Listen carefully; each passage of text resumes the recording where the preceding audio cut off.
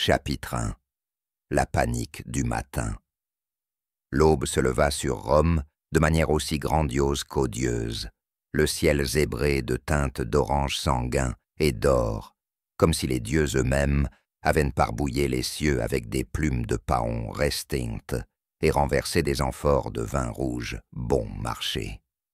Les sons de la ville prirent vie, le fracas des charrettes, le braillement lointain d'un âne qui ressemblait étrangement au sénateur Piso après trop de Falernian, et le gémissement doux mais persistant d'une ville entière qui avait fait la fête un peu trop fort la veille. Dans une chambre exiguë et faiblement éclairée, cachée derrière un atrium couvert de vignes, Gaius Festivus Decimus, le planificateur d'orgie le plus talentueux, mais le plus réticent de Rome, se réveilla en sursaut. Son cœur battait comme un tambour de guerre barbare, et la sueur collait à son dos comme si Bacchus lui-même l'avait léché là pendant la nuit. Pendant un instant, Gaius osa espérer que peut-être aujourd'hui serait juste une journée ordinaire. Pas de nobles invités, pas de livraison de nourriture qui tourne mal, pas de sénateurs se lançant des coussins à la figure comme des bambins en colère dans le forum. Puis, il aperçut le rouleau. Il était là, sur le sol, brillant de manière malveillante dans le rayon de lumière du matin, comme un serpent enroulé prêt à mordre. Gaius le fixa comme on fixerait un gladiateur rancunier avec un trident très aiguisé. Il le prit avec l'air résigné d'un homme qui savait qu'il allait être réprimandé pour quelque chose qu'il n'avait pas encore fait de mal.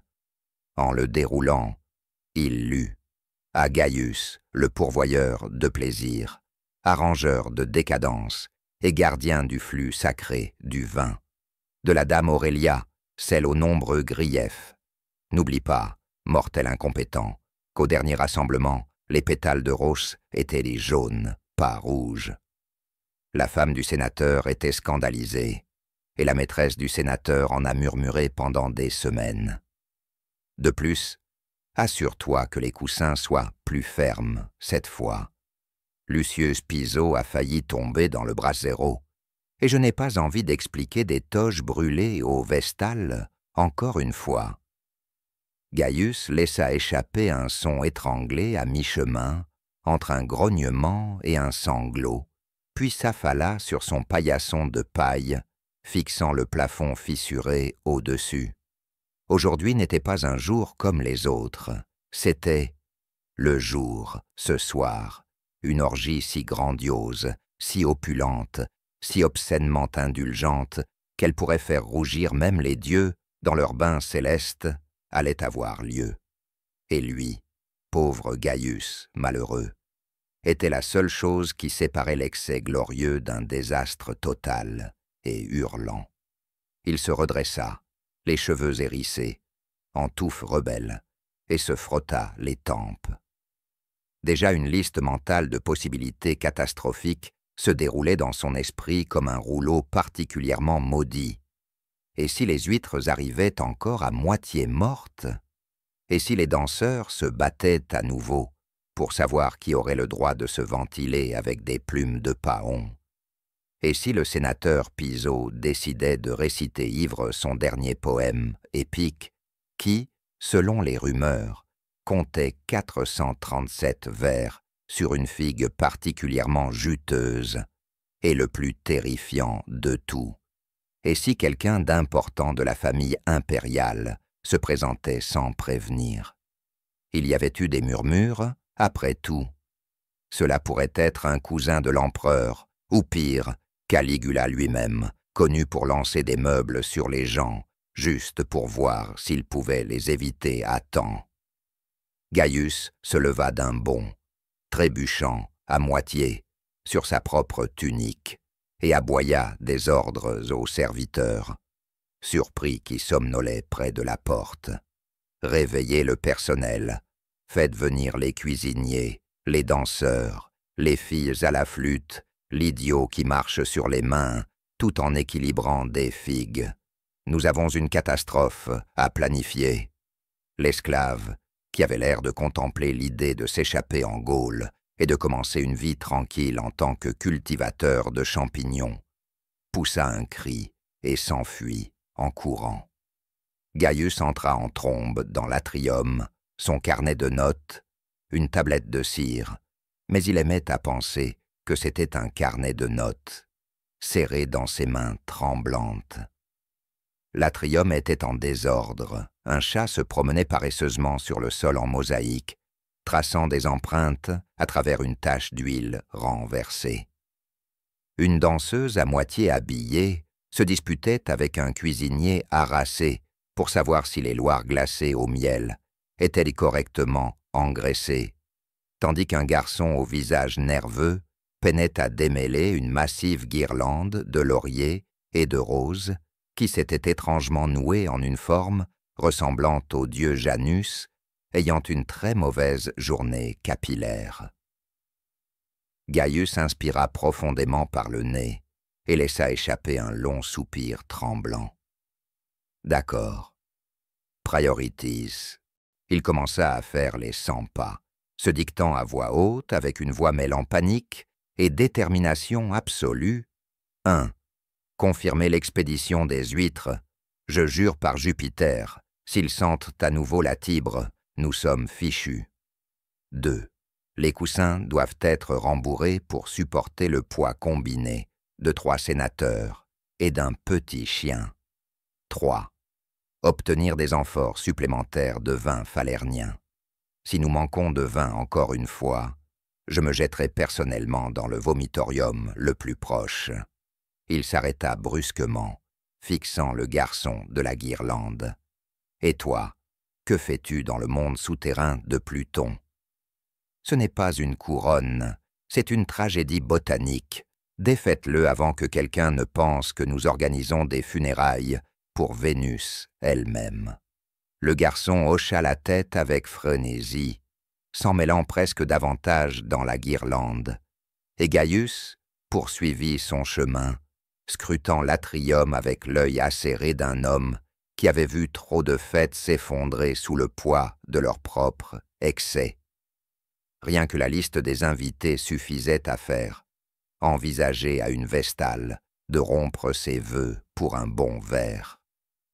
Des sénateurs, des poètes, des philosophes, 2 courtisanes notoires qui se détestaient ouvertement, et la cerise sur ce gâteau particulièrement empoisonné, un invité mystérieux de la famille impériale, dont l'identité restait délicieusement vague. Cela pourrait être quelqu'un d'aussi inoffensif qu'un cousin inoffensif, ou cela pourrait être Caligula.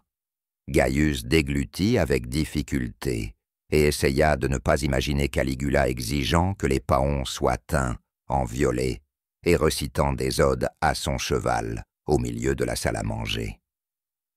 Le foyer commença à s'agiter, une bête lente et engourdie émergeant de son sommeil. Les cuisiniers criaient, les danseurs s'étiraient, les esclaves traînaient des amphores, et tout l'espace bourdonnait de l'énergie frénétique d'un chaos imminent. Quelque part, une joueuse de luth commença à accorder son instrument, un gémissement mélancolique qui ressemblait aux lamentations d'un homme qui venait d'apprendre qu'il devrait jouer à l'anniversaire d'un autre sénateur.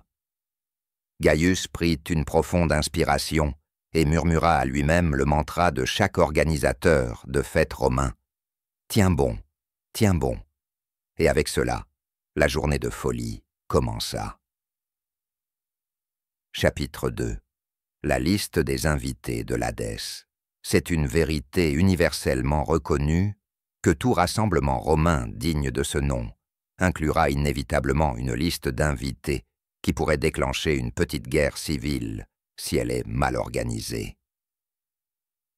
Pour Gaius Festivus Decimus, qui avait été arraché à son sommeil par le rouleau de malheur indésirable, cette liste d'invités n'était pas seulement un document social, c'était une baliste chargée pointer directement sur sa santé mentale. Le rouleau était devant lui comme une accusation des dieux eux-mêmes. chaque nom inscrit avec une note de bas de page invisible, cette personne te causera des chagrins innombrables. Gaius était assis à sa tablette de cire, stylet en main, marmonnant pour lui-même en passant en revue la liste des invités. Premier sur la liste, Lucius Calpurnius Piso, naturellement. Piso assistait à chaque événement à Rome, comme si sa présence était un service rendu à l'univers lui-même. C'était un homme qui croyait que s'étendre sur le canapé central était son droit de naissance, même quand ce n'était pas le cas, et qui pensait que le concept même de « espace personnel » était une coutume exotique importée de l'Est. Il avait l'habitude bien connue de s'étendre sur les genoux de toute femme à portée de main, indépendamment de son statut marital, de sa classe sociale, ou même si elle était, en fait, une statue. Et bien sûr, accompagnant Piso, non invité, non désiré et déséquilibré, était Aurélia, sa femme. Si Piso était une tempête, Aurélia était l'éclair qui venait après, portant avec elle le parfum distinct du garum et des rancunes. Elle avait un tempérament capable de réduire les amphores en cendres et une mémoire semblable aux livres sibyllins, longue, compliquée et vengeresse. La dernière fois qu'ils ont assisté au même événement, Aurélia avait lancé une cruche de garum sur la maîtresse de Piso, touchant à la place un sénateur de passage. Ce sénateur sentait encore légèrement les anchois. Gaius soupira, fit une marque audacieuse sur sa tablette de cire. Canapé séparé. Source de vin séparée. Sortie séparée, si possible. Ensuite, il parcourut la liste. Ah, oui, le sénateur Petronius, arbitraire, un homme spirituel, un homme dangereux, connu pour sa langue acérée et son sens de l'humour encore plus aiguisé. Pétrone pouvait réduire un dîner en larmes en un instant, avec une seule réplique bien placée. Il avait un jour décrit la poésie de Junius Blaccus comme l'équivalent littéraire d'une lente mort par des figues sèches, et Blaccus n'avait pas écrit une ligne depuis. Junius Blaccus, soit dit en passant, était également présent.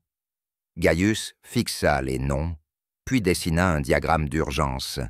Petronius dans le triclinium S, Blaccus à l'extrême ouest, avec une grande plante en pot entre les deux pour un tampon émotionnel. Puis vint l'horreur vague. Deisianis et deux invités non nommés. Deux invités, sans nom, c'était l'équivalent social d'une vipère dans un panier de fruits. Qui étaient-ils? Gladiateurs? Des poètes? Une paire de léopards trop affectueux? Gaius tapota nerveusement son stylet contre sa tablette, murmurant sous sa brette. Siège flexible. Extrémité ouest, près de la sortie. Il continua à parcourir la liste, sentant son espérance de vie se réduire à chaque nom. Il y avait Lucullus l'Ancien, qui méprisait les mimes, et la maîtresse de Lucullus, qui les adorait. Cassius le Jeune, qui avait été mis sur liste noire de 3 précédentes fêtes pour avoir récité des poèmes d'amour au centre de table en forme de paon. Un philosophe nommé Sextus Rufinus, qui insistait pour expliquer le stoïcisme au milieu du service du dessert. Et bien sûr, le cousin de l'empereur, peut-être, le spectre vague et terrifiant, qui planait sur tout l'événement comme l'épée de Damoclès. Gaius expira, sa respiration haletante. Ensuite, il y avait les artistes, 4 filles à la flûte, dont l'une manquait déjà d'une sandale, 3 danseurs, 2 d'entre eux se détestant ouvertement, les célèbres jumeaux mimes, notoires pour leurs improvisations hors script impliquant des figues et des saucisses, et un homme capable de tenir un plateau de figues sur ses pieds tout en marchant sur ses mains, qui avait aussi une fâcheuse tendance à glisser. Et n'oublions pas la cuisine, huîtres de Baiae, loire de Capoue, paon de Carthage, gâteau au miel de Judée. Un menu si ambitieux qu'il pourrait faire faillite à une petite province. et tout cela devait arriver frais. Ou du moins de manière convaincante, la dernière fois, une seule huître avariée avait conduit un sénateur à accuser de manière dramatique Gaius d'assassinat. Ce sénateur s'était ensuite rétabli et avait exigé une compensation sous la forme de 3 caisses de vin falernien. Gaius pressa ses doigts contre ses tempes, murmurant « Reste calme, reste calme ». Il jeta un coup d'œil autour de l'atrium.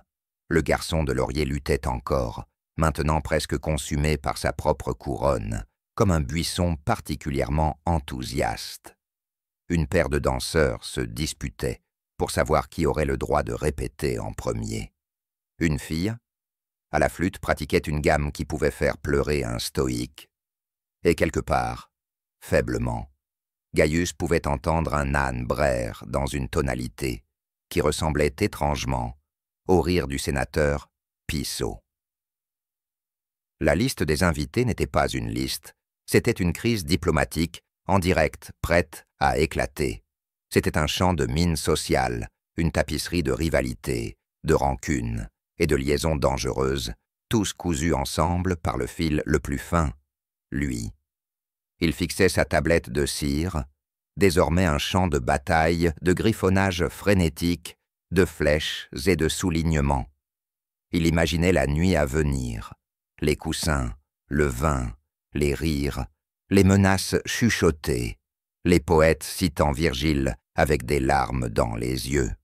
Les courtisanes se regardent comme des lions sur une carcasse, la danse délicate, absurde, impossible du pouvoir, du plaisir et de la politique.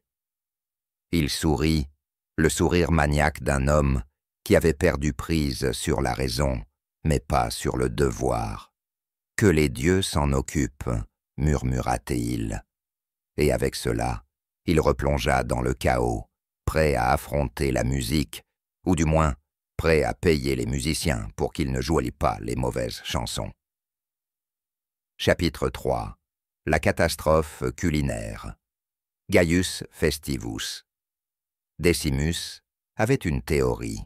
Les dieux avaient inventé les cuisines uniquement pour tester la patience des mortels, et nulle part cela n'était plus évident que dans l'inferno chaotique de l'aile culinaire de la villa, où un bataillon de cuisiniers, d'assistants, d'esclaves et un chat extrêmement critique orchestrerait actuellement ce qui ne pouvait être décrit que comme un coup d'état comestible à la mi-matinée. L'air était chargé de l'odeur de la viande rôtie, du miel caramélisé et du parfum distinct de la panique. Gaius se tenait sur le seuil, sa tablette de cire serrée comme une arme, observant le chaos avec le regard vitreux d'un homme au bord de la dépression.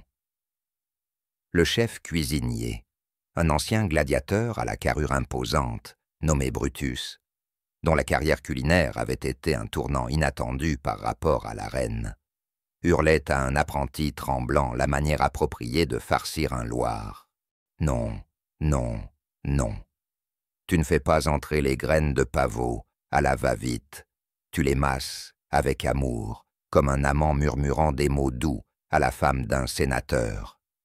Vous ne forcez pas les graines de pavot à entrer, vous les massez avec amour, comme un amant murmurant des mots doux à l'oreille de la femme du sénateur. » Gaius fit mentalement une note, rappeler à Brutus de ne pas dire de telles choses à voix haute devant la femme du sénateur. Gaius se fit mentalement la remarque, rappeler à Brutus de ne pas dire de telles choses à voix haute devant l'épouse du sénateur.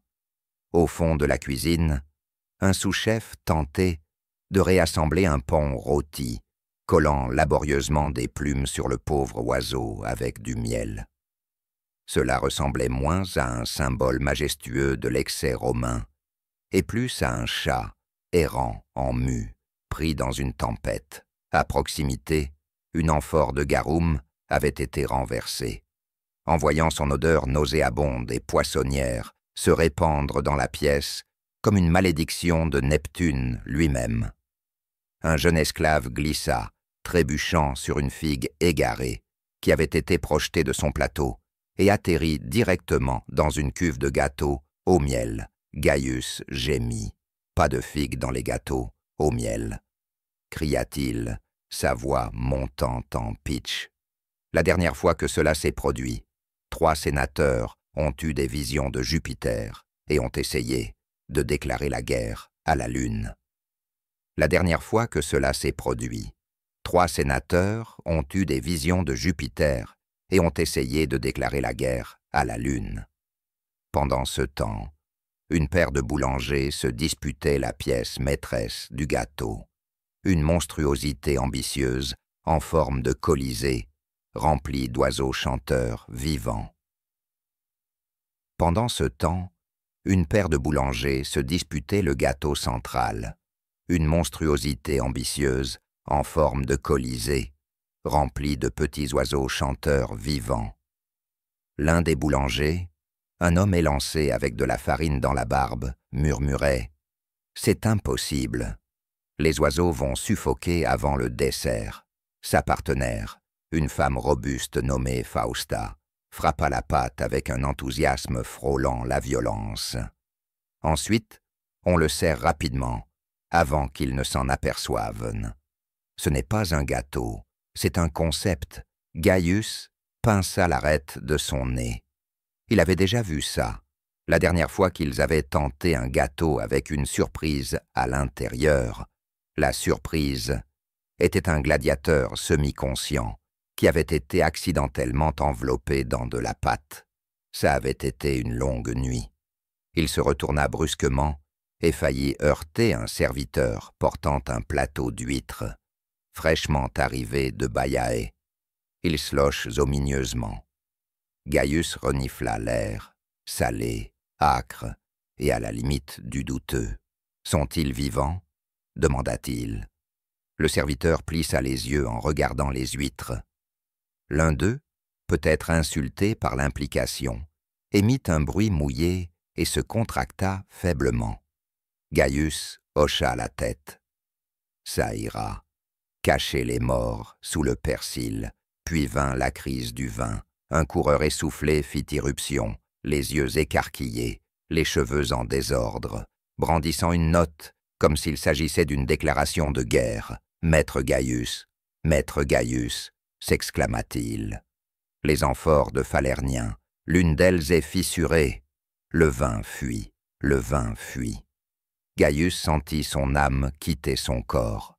Gaius sentit son âme quitter son corps. Le Falernien, c'était du bon vin, le très bon vin, le genre de vin qui a fait que des sénateurs ont proposé le mariage à des plantes en pot. Trouvez un morceau de cuir, scellez-le, priez Bacchus, et si cela ne fonctionne pas, mentez. Dites-leur que c'est un nouveau millésime, vieilli en amphore, amélioré par les mains des dieux eux-mêmes, saupoudrez-en un peu de myrrhe, faites-le sonner, exotique. Le coureur hocha la tête, les yeux brillants de la ferveur d'un homme sur le point de commettre plusieurs petits, mais cruciaux actes de fraude, et s'enfuit. Gaius se retourna vers le chaos de la cuisine, juste à temps pour voir une danseuse. Pourquoi une danseuse était-elle dans la cuisine? Renversant accidentellement un plateau de musaraigne au miel rôti. Les souris se dispersèrent comme de petites météorites collantes, l'une d'elles atterrissant avec un plouf peu cérémonieux dans la reconstruction du paon. Les sandales de Mercure. Gaius cria. Quelqu'un sort ce rat du paon avant qu'il ne soit déclaré un délice. Quelqu'un sort ce rat du paon avant qu'il ne soit déclaré un délice, rugit Brutus, saisissant une paire de pinces et poursuivant le rongeur coupable à travers le comptoir, tandis qu'un groupe de filles à la flûte regardait en riant derrière leur voile. Brutus rugit, saisissant une paire de pinces et poursuivant le rongeur coupable à travers le comptoir, tandis qu'un groupe de filles à la flûte regardait en riant derrière leur voile. L'une d'elles, encouragée par le chaos, prit un gâteau au miel et en mordit une bouchée, seulement pour le voir s'effriter dans ses mains.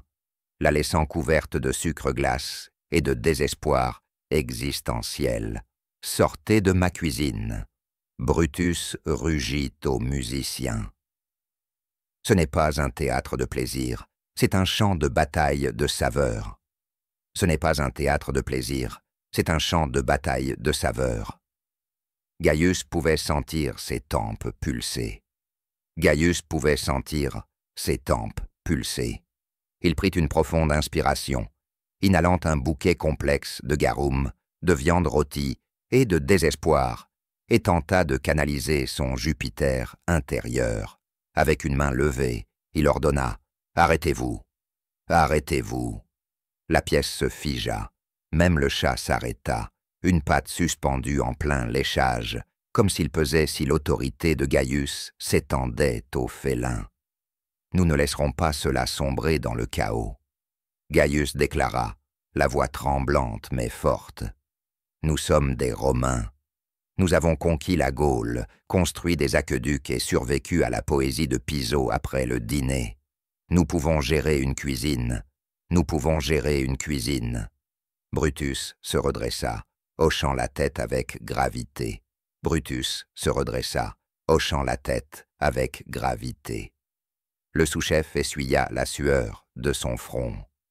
Fausta plia ses mains couvertes de pâte, comme une pugiliste prête pour le prochain round. Gaius a commencé à donner des ordres, avec une précision militaire. Brutus, concentre-toi sur les loirs.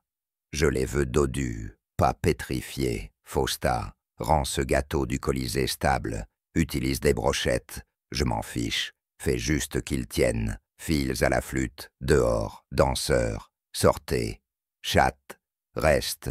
Tu as les meilleurs instincts ici. Alors que l'agitation reprenait, Gaius ressentit une lueur d'espoir. Le paon, légèrement de travers, mais remarquablement brillant, avait été restauré. Les huîtres, à peu près vivantes, étaient refroidies dans des bassins en marbre. Les gâteaux au miel, bien que légèrement infusés de figues, étaient disposés sur des plateaux dorés. La crise du vin, en attendant une intervention divine, était au moins temporairement résolue. Et pendant un bref moment éclatant, tout semblait possible. Le chaos n'avait pas été apprivoisé, exactement, mais il avait été redirigé, comme un char-fou détourné, juste assez pour éviter les marches du temple. Gaius expira, essuya une tache de miel de son bras, et murmura la prière romaine ancestrale des organisateurs de fêtes partout. Qu'ils mangent, qu'ils boivent, qu'ils ne s'entretuent pas avant le dessert. Il recula, scrutant la cuisine une dernière fois, alors que le soleil montait, projetant une lumière dorée sur les sols en mosaïque. Le chaos reviendrait. Ils le savaient, mais pour l'instant, ils avaient une chance de se battre. Et s'ils ne le faisaient pas, eh bien, au moins le chat semblait optimiste. Avec cette pensée, Gaius se retourna et marcha vers l'atrium, prêt à affronter la prochaine catastrophe. Il avait une liste d'invités à gérer, un plan de table à retravailler, et si les dieux étaient miséricordieux, assez de vin pour noyer les griefs de tout le Sénat. Après tout, c'était Rome. Et à Rome, le chaos n'était pas seulement attendu, c'était un mode de vie. Chapitre 4. La guerre des canapés. Si Gaius Festivus Decimus avait jamais douté que les dieux étaient capricieux, il en était maintenant certain. Pour quel homme mortel, à moins d'une punition divine, se soumettrait-il volontairement à l'horreur pure qu'était le plan de table de l'orgie romaine? Ce n'était pas un plan, ce n'était pas un tableau, c'était un champ de mine sociale élaboré, piégé, passif-agressif, avec des coussins en soie. Et alors que le soleil commençait à brûler à travers le toit ouvert de l'atrium, Gaius savait que son heure de vérité était arrivée. Il fixa la tablette de cire devant lui, dont la surface était désormais couverte de gris bouilli, de flèches et de ce qui aurait pu être un croquis rudimentaire d'un triclinium en feu. Autour de lui, Des esclaves couraient dans tous les sens, ajustant les coussins, polissant les coupes et essuyant discrètement les traces de ce qui avait coulé du paon central. La tension dans l'air était si épaisse qu'on aurait pu la trancher avec un glaive. « Très bien », murmura Gaius, en retroussant ses manches comme un général se préparant à un siège. « Faisons-le. » Le triclinium romain, en théorie, était une chose simple. 3 canapés disposés autour d'une table basse, chaque canapé pouvant accueillir 3 invités dans une étreinte harmonieuse et civilisée de membres humains et d'égaux. Mais en pratique, c'était un sport de sang. Le canapé central, le locus summus, était le lieu de plus grand honneur. C'était l'endroit où tout le monde voulait se reposer, idéalement avec une coupe dans une main et l'épouse de quelqu'un d'autre drapée sur l'autre. Aujourd'hui, 2 invités croyaient avoir droit à la place centrale. D'un côté se trouvait Lucius Calpurnius Piso, patron de trop de tavernes et connu comme un amateur de mauvaise poésie et de pires décisions. Piso croyait que le canapé central lui appartenait de droit divin, spécifiquement le droit divin d'être l'homme le plus bruyant de n'importe quelle pièce. De l'autre côté se trouvait le gouverneur Crispus, un homme qui irradiait la suffisance arrogante d'un politicien, n'ayant jamais payé ses propres impôts. Il insistait pour dire que le locus summus était le sien par la loi, la naissance, et une arrogance implacable. Gaius fixa les noms, puis le plan de table. C'était comme si 2 volcans étaient sur le point d'entrer en éruption dans la même villa, et son travail était de s'assurer que personne ne soit enseveli sous la lave. « Option 1 », murmura-t-il, pour lui-même. Placer Piso au centre et Crispus sur le côté. Il réfléchit. Piso chanterait comme un coq, Crispus bouderait, et quelqu'un, probablement le harpiste, recevrait une cruche de vin lancée à la tête. Pas idéal. Option 2. Crispus au centre, Piso sur le côté. Encore pire, le tempérament de Piso était comme une amphore enflammée, volatile, fuyante et sujette à mettre le feu aux choses. La dernière fois qu'il avait été snobé, il avait récité à haute voix une ode à Bacchus qui incluait plusieurs métaphores offensantes impliquant des olives. Option 3.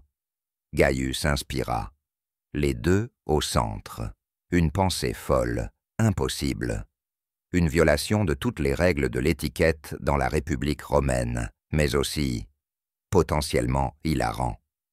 Gaius griffonna une note, des coussins empilés doubles épaisseurs, du vin en plus.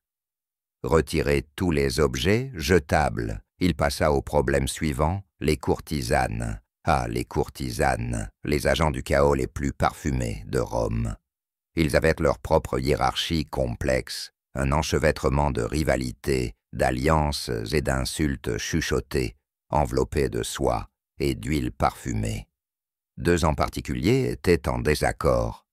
Flavia, l'alléchante, dont la spécialité était le soupir dramatique, et Claudia, du regard sultri, dont la spécialité était le roulement des yeux dramatiques.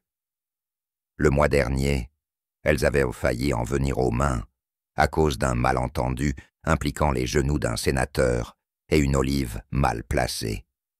Gaius les plaça aux extrémités opposées de la pièce, avec un tampon de sénateur extrêmement ennuyeux entre eux. Des hommes si ternes qu'ils pourraient endormir un sphinx. Il griffonna une note, assigner Marius le Boring pour s'asseoir entre Flavia et Claudia. Assurez-vous qu'il ait des olives supplémentaires pour se distraire. Puis il y avait le sénateur Petronius, le satiriste à la langue acérée, qui se réjouissait de détruire la réputation de tout le monde. Gaius le plaça à côté de Junius Blaccus, le poète que Pétrone avait un jour décrit comme l'incarnation humaine d'un rouleau détrempé. Avec un sourire malicieux, Gaius ajouta un petit symbole de poignard à côté de leur nom. Divertissement, duel verbal impromptu. Programme pour le 3e service de vin. Gaius parcourut rapidement la liste, se frayant un chemin à travers le labyrinthe de rancunes mesquines, d'affaires interdites et d'égos délicats. Lucullus déteste les mimes. Placez-vous loin des jumeaux mimes. La maîtresse de Lucullus adore les mimes. Asseyez-vous à côté des jumeaux mimes. Aussi, notez bien. Rappelez aux jumeaux mimes d'éviter les mimiques liées aux saucisses cette fois-ci. Le cousin de l'empereur, peut-être, place près des musiciens, flatté sans vergogne, avoir du vin, dilué à moitié. Au moment où il eut terminé, Gaius avait l'impression d'avoir lutté avec une hydre. Il expira, observa sa tablette de cire, une carte de la folie, et murmura une prière à chaque dieu domestique mineur dont il pouvait se souvenir. Juste au moment où il s'apprêtait à faire inscrire le plan de table sur des tablettes de cire pour les invités, une agitation éclata dans l'atrium. « Gaius! Gaius !» cria un esclave hors d'haleine. « Le maître des gladiateurs est arrivé. Le maître des gladiateurs est arrivé. » Les yeux de Gaius s'écarquillèrent. Les yeux de Gaius s'écarquillèrent. « Quoi? Quoi ?» L'esclave hocha vigoureusement la tête. L'esclave hocha vigoureusement la tête. Oui, les invités ont demandé un divertissement après le dîner. Une démonstration de gladiateurs. Ils apportent 2 combattants, une paire de chèvres et un tonneau d'olives pour le grand final. Ils amènent 2 combattants, une paire de chèvres et un tonneau d'olives pour la finale. Gaius fixa le garçon, comme s'il avait poussé des bras supplémentaires. Gaius fixa le garçon, comme s'il avait poussé des bras supplémentaires. Il a pris une note en lettres majuscules, pas de chèvres en vie dans le triclinium. Et puis, comme sur commande, une corde de luth se rompit quelque part. Une légère odeur de plumes brûlées flottait depuis la cuisine, et un bruit sourd et sinistre retentit dans le couloir, où le gâteau du Colisée venait de pencher sur le côté, déversant un malheureux oiseau chanteur sur la tunique d'un sénateur. Gaius prit une profonde inspiration, redressa sa tunique et se prépara à remettre le plan de table. Rome était le chaos, et ce soir, il chevaucherait la tempête comme un aurige légèrement brûlé, complètement épuisé, mais invaincu. Que les jeux commencent. Chapitre 5. L'arrivée des invités et la fin de la raison. Cela a commencé par un coup. Eh bien, ce n'était pas tant un coup, que plutôt un coup de tonnerre, qui fit vibrer les colonnes en marbre de la villa et envoya une colombe effarouchée s'écraser contre une statue de Vénus. La porte s'ouvrit, non pas gracieusement, non pas avec la dignité mesurée des plus grands de Rome, mais comme si les dieux eux-mêmes l'avaient ouverte en anticipant le chaos. Lucius Calpurnius Piso entra en trombe, rayonnant d'un mélange puissant de vin, de suffisance et de parfums douteux que l'on pourrait décrire comme de l'ambition en bouteille. Il ouvrit grand les bras, comme s'il embrassait tout l'atrium, ou peut-être vérifiait-il simplement combien de sénateurs étaient déjà assez ivres pour se lancer dans un duel de poésie. « Gaius » hurla-t-il, en donnant une tape dans le dos du planificateur de l'orgie avec la force d'un char fou. « Ce soir, nous festoyons comme des empereurs. Ce soir, nous festoyons comme des empereurs. » Derrière lui, une nuée de courtisanes, de poètes, et un homme portant une lyre qui avait l'air d'avoir soit oublié sa toge, soit de l'avoir perdue dans un pari. Derrière lui se traînait un nuage de courtisanes, de poètes, et un homme portant une lyre qui avait l'air d'avoir soit oublié sa toge, soit de l'avoir perdue dans un pari. Ils se dispersèrent comme des agents du chaos vêtus de soie, revendiquant des canapés, des coupes et des cercles de conversation. Gaius afficha un sourire qui aurait pu servir de modèle pour le désespoir, s'inclina juste assez pour apaiser l'ego de Piso et fit un geste vers le triclinium méticuleusement arrangé. Les invités continuèrent d'arriver. Comme une marée d'ambition chaussée de sandales, ils affluèrent dans la villa. Aurelia, la femme de Piso, entra avec la grâce d'une déesse vengeresse, scrutant chaque femme présente, comme si elle les classait mentalement en catégories, telles que menaces, paysannes et d'acceptables si assises loin de Piso. Le gouverneur Crispus arriva quelques instants plus tard, ses robes flottant comme des voiles sur un naufrage. Il renifla avec dédain la sélection de vins avant même que Gaius n'en propose, murmurant quelque chose sur les choix provinciaux.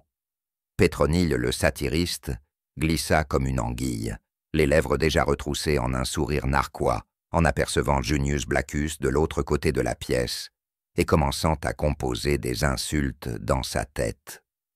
Les jumeaux mimes arrivèrent sans prévenir, comme ils le faisaient toujours, prétendant déjà être piégés dans une boîte invisible, ce qui, Gaius le soupçonnait, n'était en réalité qu'une métaphore de sa propre vie à ce stade. Et puis vint le cousin impérial, peut-être, un homme d'ascendance incertaine, de motivations incertaines, et d'une capacité terriblement certaine à boire 3 coupes de vin avant de s'asseoir. L'air scintillait de tension et de parfum. La soie bruissait. L'or scintillait. Quelque part, un harpiste pinçait une corde dans une tonalité que l'on ne pouvait décrire que comme dangereusement optimiste. Gaius se précipitait de convive en convive, offrant des dattes au miel, remplissant les coupes, murmurant aux esclaves de garder les chèvres dehors pour l'amour de Jupiter. La cuisine a envoyé une armée de délices, des huîtres qui tressautaient légèrement lorsqu'on les piquait, des loirs au miel disposés en pose suggestive, et le gâteau du Colisée, maintenant rapidement réparé, avec du miel et des prières, placé sur un piédestal comme une offrande sacrificielle à Bacchus. La soirée se déroulait comme une toge à agrafe lâche, élégante en théorie, mais sujette à des expositions soudaines. Alors que le premier service de vin coulait, les catastrophes affluaient également. Lucullus, assis loin des jumeaux mimes, comme prévu, les avait néanmoins aperçus et gesticulait maintenant sauvagement vers Gaius, en lui faisant signe de les faire sortir. Pendant ce temps, la maîtresse de Lucullus, assise à côté des mimes, applaudissait avec enthousiasme alors qu'il mimait soit un accident de char, soit une récolte de figues exceptionnellement scandaleuse. Pétronios et Blaccus étaient déjà engagés dans une escarmouche verbale, leurs piques traversant la table avec l'élégance d'une lance bien lancée. « Je vois que tu as encore apporté ta poésie, Junius, » dit Pétrone, la voix empreinte de venin sucré. « Quelle bravoure de votre part!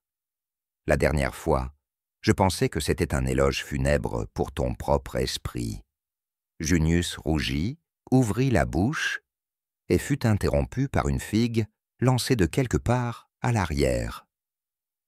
La chèvre bêla. Oui, la chèvre.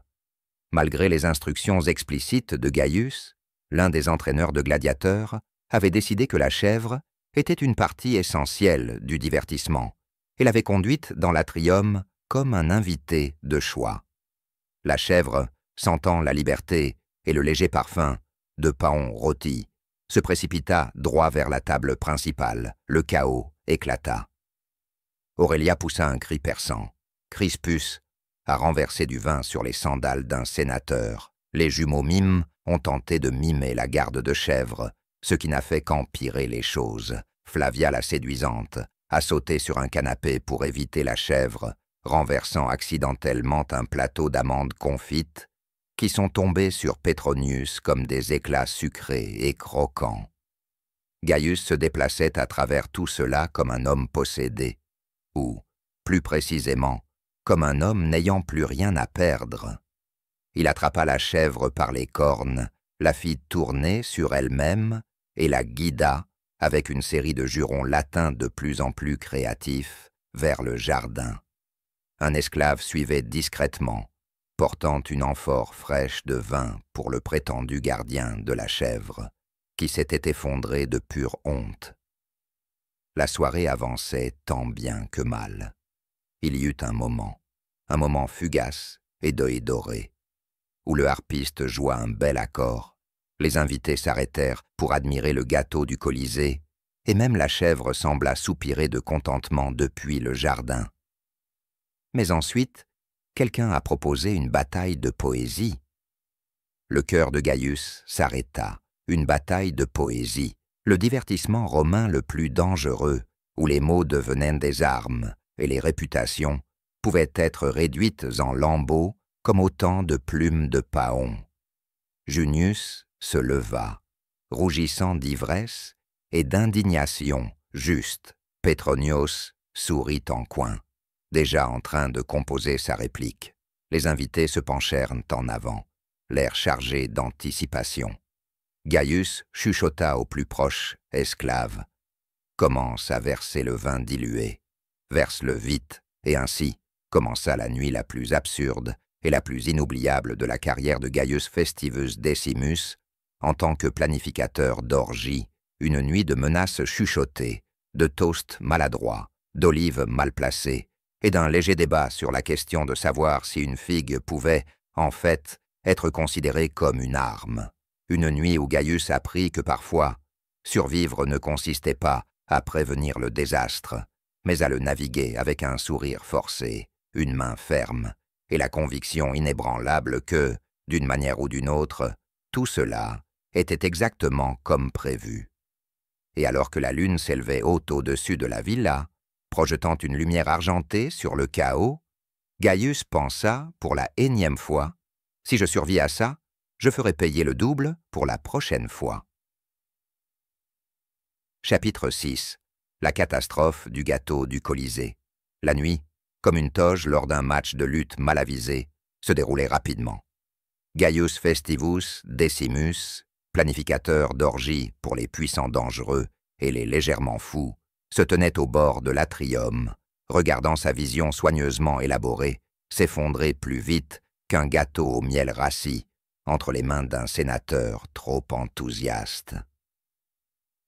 La bataille de poésie battait son plein, et jusqu'à présent, personne n'avait été empalé avec un stylet encore. Mais Gaius savait que ce n'était qu'une question de temps. Et puis le gâteau du Colisée s'est effondré. Ce n'était pas une affaire subtile.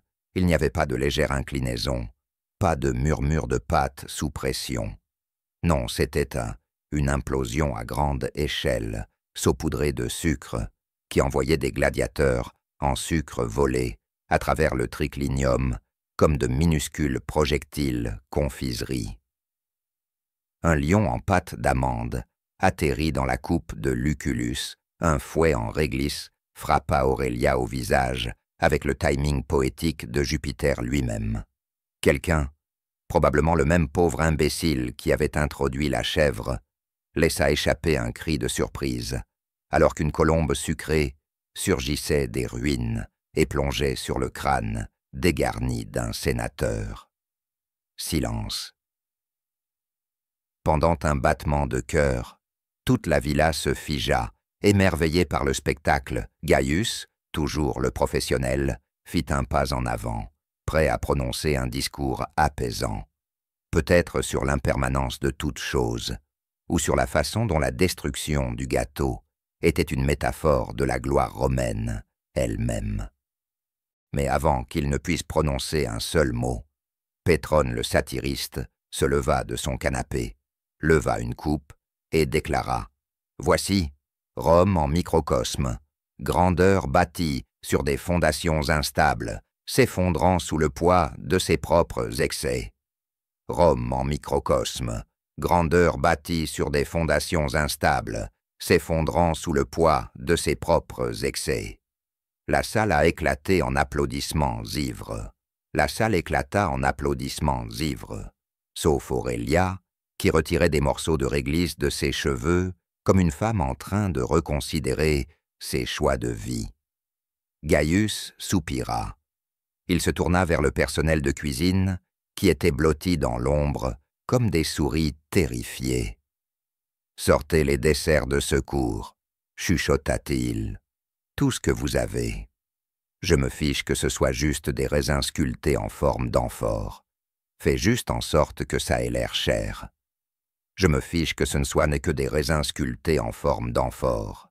Faites juste en sorte que ça ait l'air cher. » Les esclaves s'enfuirent, laissant Gaius face à la tempête qui grandissait. Les esclaves s'enfuirent, laissant Gaius faire face à la tempête grandissante. Le duel de poésie avait d'une manière ou d'une autre dégénéré en danse interprétative. Junius Blaccus, encouragé par bien trop de vin dilué, avait décidé que la meilleure façon de transmettre son dernier vers était à travers une série de mouvements de bras qui ressemblaient vaguement à un homme attaqué par des abeilles. Les jumeaux mimes, ne voulant pas être en reste, s'étaient joints à eux, mimant les abeilles, avec un niveau d'engagement à la fois impressionnant et profondément inquiétant. Lucullus, quant à lui, se disputait avec le harpiste au sujet de la tonalité d'une mélodie particulièrement lugubre qui, selon Lucullus, manquait du sens approprié de l'imminente catastrophe. Le harpiste, qui jouait les mêmes 4 notes depuis 1 heure, hocha simplement la tête, ajusta ses cordes et les joua un peu plus fort. Et puis, parce que le destin est une maîtresse cruelle et ironique, le gouverneur Crispus annonça qu'il allait réaliser une reconstitution dramatique de la fondation de Rome, en solo, en 3 actes, n'utilisant que sa toge et une sélection de accessoires récupérés parmi les restes du gâteau du Colisée. Gaius ferma les yeux. Il a compté jusqu'à 10 en latin. Puis il compta à rebours de 20 en grec. Lorsqu'il ouvrit les yeux, Crispus s'enroulait dans une toge comme une louve de fortune, et Gaius se demanda s'il ne devrait pas commencer à boire lui-même le vin dilué. Comme si elle avait été convoquée par la force même de l'absurde, la chèvre réapparut. Il est revenu dans l'atrium, la tête haute, une amande confite perchée de manière désinvolte entre ses cornes. Les invités éclatèrent en acclamations. La chèvre, clairement consciente de son nouveau statut de célébrité, sauta sur un canapé vide et commença à grignoter une figue décorative. Gaius se frotta les tempes. Quelque part au fond de son esprit, une voix chuchota « C'est bien, tout cela est parfaitement normal. » Et puis, bien sûr, quelqu'un a proposé un jeu de boisson. « Règle », hurla Piso en frappant une coupe sur la table. « Chaque fois que quelqu'un récite une ligne de Virgile incorrectement, tu bois. Chaque fois que quelqu'un récite une ligne de Virgile incorrectement, tu bois. Chaque fois que quelqu'un lance une figue, ajouta Crispus, tu bois 2 fois. Chaque fois que quelqu'un lance une figue, ajouta Crispus, tu bois 2 fois. Chaque fois que quelqu'un lance une figue, ajouta Crispus, tu bois 2 fois. Chaque fois que la chèvre fait quelque chose d'amusant, ronronna Flavia, tu finis ta coupe. Chaque fois que la chèvre fait quelque chose d'amusant, ronronna Flavia, tu finis ta tasse. Chaque fois que la chèvre fait quelque chose d'amusant, Flavia ronronna, tu finis ta tasse. La chèvre, comme sur commande, péta bruyamment. La chèvre, comme si c'était prévu, a pété bruyamment. La pièce éclata de rire. Gaius, sentant les derniers lambeaux de sa raison lui échapper, saisit lui-même une coupe. C'était, prévisiblement, vide. Il se tourna vers un esclave. « Apporte-moi le vin le plus fort que nous avons. » et s'il en reste, donne-le à la chèvre. Les heures se sont brouillées.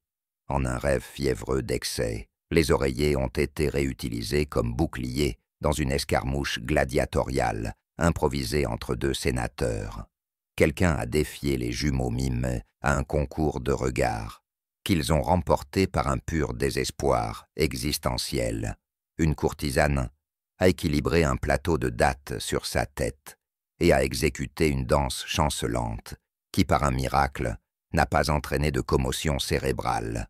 Les doigts du harpiste saignaient, la chèvre ronflait, un sénateur s'est endormi, avec le visage dans un bol de garum, et personne n'a eu le cœur de le déplacer. Au moment où la lune commença à se coucher, Gaius n'avait que deux objectifs, s'assurer que personne ne meure, et s'assurer que personne ne remarque à quel point ils étaient proches. Il réussit, d'une manière ou d'une autre, à accomplir les deux. Alors que les premiers rayons de l'aube se glissaient à travers l'atrium, projetant de longues ombres sur les décombres, Gaius scruta la scène. Du vin renversé, des figues écrasées, une chèvre portant une couronne de feuilles de vigne et une seule assiette de noix confites, intacte, qu'il mangerait plus tard dans un amer triomphe. Il hocha la tête une fois, lentement. Ça avait été le chaos, ça avait été la folie, c'était Rome. Et alors que les invités sortaient en titubant dans la brume matinale, empestant le parfum, le vin et le regret, Gaius murmura une prière silencieuse aux dieux. Que je ne vois plus jamais une autre figue, mais au fond de lui, il savait que c'était un mensonge, car c'était Rome, et il y aurait toujours une autre figue. Chapitre 7. Le matin, après la folie. Ah, l'aube, à Rome. Le soleil se leva avec un niveau de mépris, jugeant que seuls les dieux pouvaient être rassemblés, projetant une lumière dorée sur le champ de bataille de l'atrium, jonché de raisins écrasés, de coupes brisées et d'humanité épuisée. Gaius Festivus Decimus, encore miraculeusement debout, scrutait les décombres de la débauche de la nuit précédente avec les yeux fatigués d'un homme qui en avait trop vu. On aurait dit que Bacchus lui-même avait fait une crise de colère. Des sénateurs, à moitié nus, étaient étendus sur des canapés comme des glaïeuls flétris après un festival. Quelqu'un avait dessiné un croquis anatomique douteux sur le mur avec du vin. La chèvre, maintenant couronnée de lauriers et inexplicablement ornée d'un collier de perles, était étendue sur le corps inconscient d'un sénateur, ronflant en rythme avec les brûleurs d'encens encore fumants. Gaius cligna des yeux.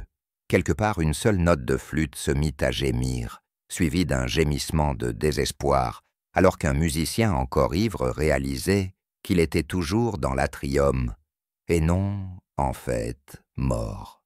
« Les sandales de Mercure, » murmura Gaius, « nous avons survécu, à peine. » Il enjamba une courtisane endormie, prenant soin de ne pas déranger la tour de dattes précieusement équilibrée sur son ventre.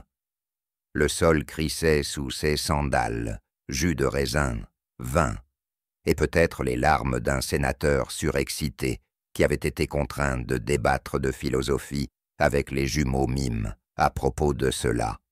Gaius jeta un coup d'œil vers le canapé du fond, où les jumeaux mimes étaient étrangement silencieux, les visages couverts de miel et de plumes, fixant le vide comme s'ils communiaient avec le concept même du chaos. L'un tenait une figue dans sa main, la caressant doucement comme un animal de compagnie. « D'accord, » dit Gaius en frappant des mains une fois, un son qui résonna à travers les décombres comme une petite trompette pitoyable. Les esclaves, dont la plupart avaient survécu à la nuit, en se cachant derrière des tapisseries ou en faisant semblant d'être des meubles, commencèrent à émerger. Gaius aboya des ordres avec la voix éraillée d'un homme qui savait faire la différence entre délégation et reddition. « Enlevez la chèvre » intonna-t-il, mais doucement. S'il se réveille en colère, nous sommes tous condamnés. Apportez des serviettes froides, pour tout le monde, même le buste de Vénus. Elle a vu des choses. Disposez de tous les figues restantes, avec un extrême préjugé. Je veux qu'il disparaisse. Il s'arrêta en passant devant le harpiste, qui était allongé sur le sol, en serrant son instrument comme une bouée de sauvetage. Et par Jupiter, que quelqu'un apporte une boisson à cet homme. Le nettoyage commença, une symphonie de gémissements, de pas traînants et de jurons étouffés de temps à autre, alors qu'une cruche de vin était renversée ou qu'une sandale était récupérée de la fontaine. Gaius se mouvait parmi eux, tel un chef d'orchestre de la ruine, redressant les coupes, remettant les coussins en place et offrant des prières murmurées à chaque dieu domestique dont il pouvait se souvenir. C'est dans ce moment de désespoir, semi-triomphant, qu'Aurélia apparut, ses cheveux toujours parfaitement coiffés, les yeux aussi aiguisés que des dagues, et une attitude plus froide que le Tibre en hiver. « Gaius, dit-elle, son ton aussi plat qu'une planche de bois. Un mot. » Il déglutit. « Bien sûr, Domina. » Elle fit un geste vague en direction de la scène. Ça n'était pas exactement ce que j'avais imaginé pour la soirée. Gaius hocha la tête avec sagesse, comme s'il avait passé la nuit à méditer dans les jardins stoïciens, plutôt qu'à courir après une chèvre dans le triclinium. Mais, continua-t-elle, les invités semblaient divertis. Le sénateur Piso a déjà envoyé un message demandant une nouvelle invitation. Le gouverneur Crispus l'a déclaré un triomphe de l'excès romain, et Pétrone a composé une nouvelle satire, intitulée « La nuit des figues ». Il l'a récitée à mon mari à l'aube, à poil. Gaius déglutit à nouveau, plus lentement cette fois. « Je m'attends à ce que la prochaine réunion, ajouta Aurélia, soit encore plus point spectaculaire. » Gaius, qui venait de commencer à rédiger mentalement une lettre de démission impliquant de simuler sa propre mort et de déménager en Gaule, hocha la tête une fois, puis deux fois, puis réalisa qu'il hochait la tête depuis un temps inquiétant. Bien sûr, Domina. Spectaculaire. Elle s'éloigna avec le bruissement de la soie et le parfum persistant de l'huile de rose, laissant Gaius fixer le vide, se demandant s'il pourrait survivre à une seconde orgie ou s'il se dissoudrait, en fait, dans les vapeurs de vin et deviendrait lui-même une divinité domestique mineure. La chèvre s'agita, renifla, et commença aussitôt à mâcher l'ourlet de la toge d'un sénateur. Gaius soupira. Rome aurait ses excès, et Gaius Festivus Decimus fournirait, que les dieux l'aident, ce qu'il fallait. Chapitre 8. La panique post-fête et l'invitation impériale. Le lendemain de l'orgie se leva avec une telle vengeance, comme si les dieux eux-mêmes avaient décidé de punir Rome pour ses péchés, en envoyant une gueule de bois si monumentale qu'elle pouvait être ressentie jusque dans les os du forum lui-même. Gaius Festivus Decimus, encore debout par pure force d'habitude et une bonne dose de déni, arpentait l'atrium avec une énergie nerveuse habituellement réservée aux hommes attendant leur procès ou aux gladiateurs qui venaient de réaliser que leur adversaire était un lion. Le désordre avait été en grande partie nettoyé. La chèvre avait été attirée dans le jardin avec une offrande de figues. L'ironie n'échappait à personne. Les jumeaux mimes avaient été relocalisés au coin le plus éloigné du domaine, où ils pouvaient mime leurs crises existentielles en paix. Et le dernier des sénateurs avait été raccompagné chez lui. Certains en litière, d'autres par pure volonté, et un par un âne, particulièrement mécontent. Mais juste au moment où Gaius s'accordait un bref moment de soulagement, un coureur fit irruption par la porte, rouleau à la main, hors d'haleine, ayant l'air d'avoir lutté pour sa vie avec une harpie. pour Gaius Festivus Decimus, souffla-t-il, entendant le rouleau avec la détermination sombre d'un homme annonçant une nouvelle qui pourrait entraîner quelqu'un à être écorché vif. Gaius prit le rouleau, les yeux se plissant. Le sceau était impérial. « Oh non !» murmura-t-il. « Oh non, non, non !» D'une main tremblante, il déroula le parchemin. Les mots dansaient devant ses yeux. Par ordre de l'empereur lui-même, Gaius Festivus Decimus est convoqué à une réunion à la Villa impériale pour discuter du succès de ses récentes festivités et pour consulter sur les questions de divertissement d'État. Il laissa tomber le rouleau comme s'il s'agissait d'une anguille vivante.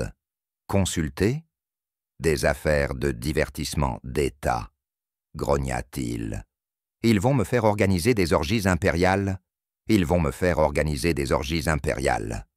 Un esclave à proximité étouffa un ricanement. Un esclave à proximité étouffa un reniflement. Gaius leur lança un regard si perçant qu'il aurait pu trancher des figues en plein vol. « Prépare ma tunique. La bonne, celui sans tache de vin. En fait, apporte celui avec des taches de vin. Cela pourrait me donner un air plus expérimenté. Et va chercher mon stylet.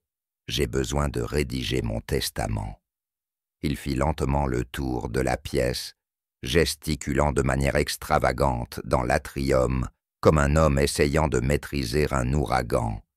Et que quelqu'un nettoie les dernières figues. Si je vois une figue de plus, je jure par le foie de Jupiter, je la ferai manger au Sénat. La villa impériale était un lieu d'une telle opulence que même les dieux auraient rougi. Gaius arriva, serrant ses notes, sa santé mentale suspendue par un seul fil effiloché. Il fut introduit par des gardes qui semblaient avoir été sculptés dans le marbre et avoir reçu des épées pour s'amuser. À l'intérieur, l'empereur était assis, avachi comme un homme qui savait qu'il était l'incarnation vivante de l'indulgence. Des paons faisaient la roue, leurs plumes plus finement arrangées qu'un discours de sénateur. L'encens se déroulait dans l'air en de paresseuses volutes, et quelque part, une fontaine murmurait sous la forme d'une nymphe versant du vin dans la bouche d'un lion. « Ah, Gaius Festivus Decimus » murmura l'empereur, en agitant une main langoureuse, l'homme du moment.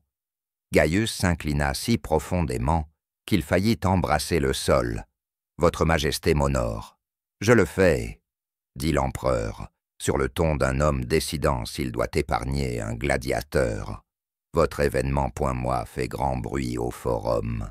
On dit même que les dieux ont ri aux larmes quand la chèvre a poursuivi le sénateur Piso dans une fontaine. » Les lèvres de Gaius se sont contractées, dans ce qui aurait pu être un sourire ou les premiers signes d'une crise de nerfs. « Oui, Votre Majesté. » C'était une soirée. En effet. Et j'entends dire que vous êtes tout un innovateur. On m'a parlé de pâtisserie en forme de pont, de Loire au miel, et d'un gâteau en forme de colisée, qui bien qu'étant finalement un désastre structurel, était une tentative visionnaire. Gaius se racla la gorge. « Je m'efforce de l'excès créatif, monseigneur. »« Bien.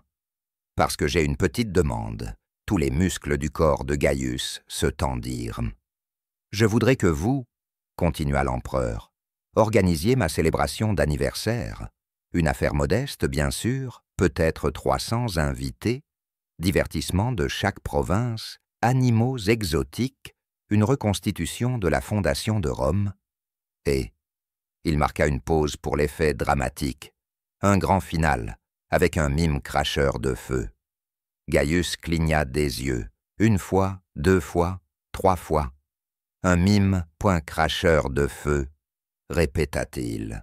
« Oui, » dit l'empereur, les yeux brillants de délice. « C'est la dernière mode à Alexandrie. » Gaius réprima le cri qui montait dans sa gorge. « Bien sûr, Votre Majesté. » « Cela sera fait. » Alors que l'empereur le chassait d'un geste, Gaius trébucha hors de la villa, le cœur battant, l'esprit déjà tournoyant dans des cercles de panique. 300 invités, des mimes, cracheurs de feu, animaux exotiques. Il avait besoin d'une nouvelle chèvre, il avait besoin d'un vin plus fort, il avait besoin d'un miracle, il avait besoin d'une très longue sieste. De retour à sa villa, Gaius s'effondra dans une chaise, l'épuisement des jours passés, le submergeant comme un tsunami de mauvaises décisions. La chèvre passa en traînant, toujours avec son collier de perles, et lui lança un regard à moitié de pitié, à moitié de satisfaction arrogante. Gaius soupira. « Très bien, murmura-t-il, tu gagnes. » Rome, il semblait, ne cesserait jamais de demander l'impossible. Et tant que le vin coulait, que les mimes mimeaient, et que les chèvres s'échappaient de temps en temps, Gaius Festivus Decimus continuerait à planifier, à survivre, et à se demander comment diable il avait fini dans ce pétrin. Mais pour l'instant, il allait dormir. Il aurait besoin de repos. Après tout, il y avait une fête d'anniversaire à organiser. Chapitre 9. La nuit avant le désastre. La nuit précédant l'anniversaire de l'empereur se profilait comme un nuage d'orage rempli de chèvres, de figues et de prophéties non réalisées. Gaius Festivus Decimus était assis dans son bureau, un terme qu'il utilisait généreusement pour désigner un coin de la villa, où des rouleaux, des amphores et des dattes à moitié mangées conspiraient contre lui, et regardait la liste croissante des catastrophes en attente. « D'accord, » murmura-t-il, en mâchant l'extrémité d'un stylet qui avait un goût vaguement d'encre et de désespoir. « Nous avons exactement .12 heures, et une chance sur 2 de survie. » L'esclave chargé d'aller chercher la dernière livraison de plumes de paon importées jeta un coup d'œil timidement, semblant prêt à fuir au moindre mouvement de l'œil. Les paons maîtres, ils se sont, échappés. Gaius ferma les yeux, inspiré, expiré, compté jusqu'à 10, murmurome, un serment à Mercure, échappé. Où? Eh bien, ils semblent avoir rejoint le cortège funèbre de l'épouse du sénateur Piso. On dit dans le forum que c'est un signe de faveur divine. Les yeux de Gaius s'ouvrirent brusquement. Faveur divine. Les dieux doivent avoir un sens de l'humour tordu. Très bien. Laissons-les avoir leur moment. Maintenant, où sont les gladiateurs pour la reconstitution en direct de la fondation de Rome? Une toux nerveuse, ils disputen, sur les affectations de costumes. L'homme jouant Romulus insiste pour porter une cape violette, ce que l'homme jouant Remus prétend être historiquement inexact. Gaius pinça l'arête de son nez si fort qu'il faillit le casser. Dis-leur qu'ils peuvent tous les deux ne rien porter si cela les rend plus à l'aise. Assurez-vous juste qu'ils ne s'entretuent pas avant le grand final. Un bruit sourd résonna depuis l'atrium.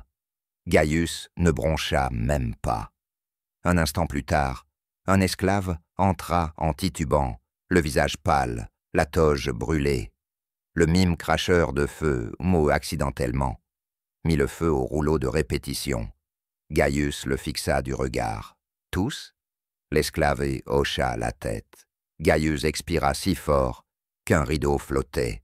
Bien sûr qu'il l'a fait. Parce que pourquoi tout ne serait-il pas en feu? Il se leva, lissa sa tunique et commença à faire des cercles de plus en plus erratiques. Une liste croissante de problèmes s'échappa de sa bouche. Les huîtres ne sont pas arrivées. Les loirs au miel tremblent à nouveau. Le chameau a développé une boiterie. Les musiciens menacent de faire grève à cause du refus de la harpiste de jouer dans la même tonalité que les flûtistes. La chèvre. Où est la chèvre? Silence. Un soudain et terrible B.A.A. des poutres lui répondit. Gaius leva les yeux. La chèvre était perchée triomphalement sur une poutre, rongeant une guirlande, comme un vainqueur inspectant les dépouilles de la guerre. Bien sûr que c'est le cas. murmura Gaius, des larmes piquant les coins de ses yeux. À ce moment-là, un messager arriva avec un rouleau portant le sceau de l'empereur. Gaius l'ouvrit avec des mains tremblantes, s'attendant à ce qu'il annonce son exécution immédiate. Gaius Festivus Decimus, votre dévouement au divertissement de l'Empire n'est pas passé inaperçu. Je n'attends rien de moins qu'un chaos spectaculaire pour l'événement de demain. Ne me déçois pas, PS. L'impératrice a demandé plus de paons. Gaius fixa le rouleau pendant un long moment de silence. Puis, très doucement, il a ri, un petit rire brisé, le son d'un homme qui avait accepté que son destin était de jongler avec des amphores enflammées, tout en se tenant en équilibre sur le dos d'un chameau ivre. Chaos spectaculaire. Oui, mon empereur, vous l'aurez. Le reste de la nuit s'est brouillé en un rêve fiévreux de catastrophe de dernière minute. Le fournisseur de vin a livré les mauvaises amphores, du garum au lieu du falernien vintage, ce qui a conduit à une dégustation d'urgence qui a laissé Gaius en train de vomir et de remettre en question ses choix de vie. Le gâteau, un spectacle imposant de pâte d'amande et d'intégrité structurelle douteuse, commença à pencher de manière inquiétante à minuit, incitant des efforts frénétiques pour le soutenir avec des branches d'olivier. Les musiciens se disputèrent, se réconcilièrent, se disputèrent à nouveau, et finirent par convenir d'un tempo si rapide que Gaius craignait qu'ils n'invoquent accidentellement Bacchus lui-même. Et la chèvre, point la chèvre, a disparu, encore. Alors que l'aube se glissait sur Rome, projetant une lueur dorée sur les préparatifs chaotiques de la villa, Gaius Festivus Decimus se tenait dans l'atrium, entouré d'esclaves épuisés, de plumes éparpillées, de performeurs à moitié habillés, et d'une odeur persistante de figues brûlées. Il regarda autour de lui, prit une profonde inspiration tremblante, et leva les bras comme un général inspectant ses troupes condamnées. « Aujourd'hui, nous faisons l'histoire, déclara-t-il, ou nous mourrons en essayant. Quoi qu'il en soit, assurons-nous que le vin coule plus vite que les larmes. » Et sur ces mots, il s'avança dans la mêlée, la tête haute, les yeux écarquillés, avec le genre de détermination maniaque que seul un organisateur de bacchanales romaines pouvait posséder. La scène était prête, la catastrophe était inévitable, et la fête d'anniversaire du siècle était sur le point de commencer. Chapitre 9, la nuit. Avant le désastre, environ 3000 mots, écrits dans un style humoristique, satirique et exagéré, et terminé. Chapitre 10. Le dernier fiasco. Le jour de l'anniversaire de l'empereur se leva dans une brume d'encens, de sueur et de destin imminent. Gaius Festivus. Decimus se réveilla au son des cors, des tambours et d'une chèvre éternuant de manière dramatique à sa porte. Il se redressa brusquement, regrettant immédiatement le mouvement, alors qu'une vague de nausée et de peur existentielle l'envahissait. « Aujourd'hui est le jour », murmura-t-il en se tenant les tempes. « Aujourd'hui est le jour où Rome se dévore enfin elle-même, et je suis la garniture. » Les préparatifs avaient été rien de moins qu'héroïques. Il y avait des danseuses d'Hispanie, des jongleurs de Gaule, des charmeurs de serpents de Parthie, et un homme de Bretagne qui insistait pour se produire nu, sauf pour du gui placé stratégiquement. La cuisine était une zone de guerre. Des autruches glacées au miel, des loirs épicés, des flamands rôtis, farcis de plus petits oiseaux rôtis. C'était comme l'arche de Noé, mais avec beaucoup plus de beurre. Et puis il y avait le mime cracheur de feu. Il était arrivé 2 jours auparavant, un homme intense aux yeux fous, nommé Vibius l'Infernal. Sa démonstration avait enflammé un rideau de lin, fait fondre la moitié d'un buste en bronze de Jupiter. et brûler les sourcils de 3 sénateurs qui s'étaient imprudemment approchés trop près. Gaius avait passé la nuit à essayer d'expliquer au secrétaire de l'empereur pourquoi la villa sentait les plumes de paon brûlées. Maintenant, debout, au milieu de la cour impériale, Gaius contemplait son chef-d'œuvre, ou, comme il l'appelait en privé, le carambolage de chars à vitesse réduite qui allait engloutir toute sa carrière. Les musiciens accordaient leurs instruments, les danseurs huilaient leurs membres, et les esclaves murmuraient des prières à tous les dieux prêts à écouter. Puis vinrent les animaux. Une parade de créatures exotiques entra dans la cour.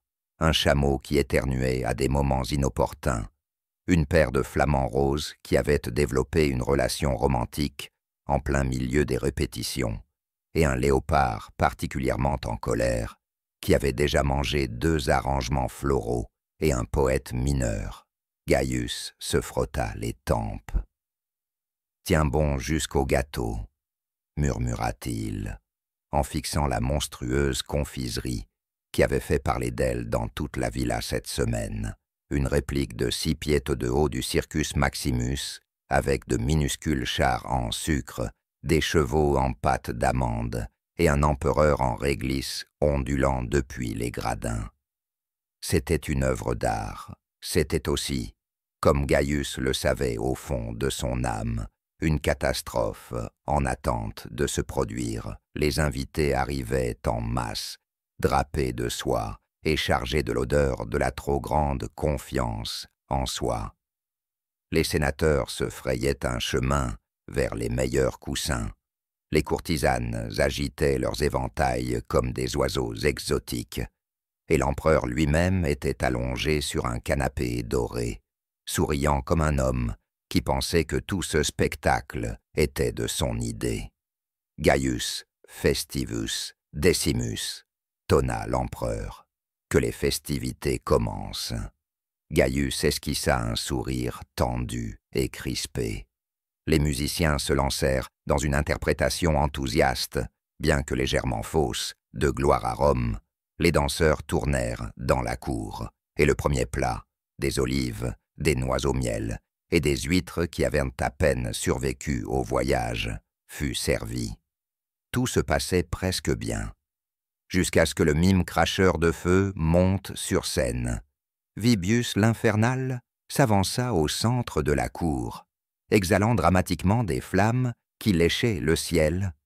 La foule s'exclama d'admiration. Gaius croisa les doigts, si fermement qu'ils devinrent blancs. Pendant un bref instant scintillant, il semblait que ce plan fou pourrait réellement fonctionner. Et puis Vibius trébucha sur la chèvre. La chèvre, qui avait discrètement grignoté les guirlandes, laissa échapper un béat surpris, se précipita dans le public et renversa une amphore de vin d'un sénateur, qui roula directement à la base du gâteau du Circus Maximus. Le temps ralentit. Gaius regarda avec horreur le gâteau vaciller, trembler et s'effondrer dans une explosion glorieuse de sucre. Des chevaux en pâte d'amande s'envolèrent dans les airs. La petite figurine de l'empereur atterrit dans le giron d'une matrone stupéfaite qui s'évanouit immédiatement.